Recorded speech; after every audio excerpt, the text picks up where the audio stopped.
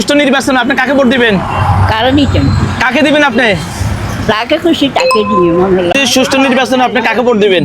কাকে দেবে এখন আমি কিভাবে বলবো? বল তাহলে কাকে ভোট দিবেন আপনি? আমি তো আমি লোক দিছি বিএমপি তে দিছি এবার জামাত চাইতাম চাই আগামী সুষ্ঠু নির্বাচন হলে আপনি কাকে ভোট দিবেন? যোগ্যবাদ দেবে নির্বাচন হলে কাকে ভোট দিবেন?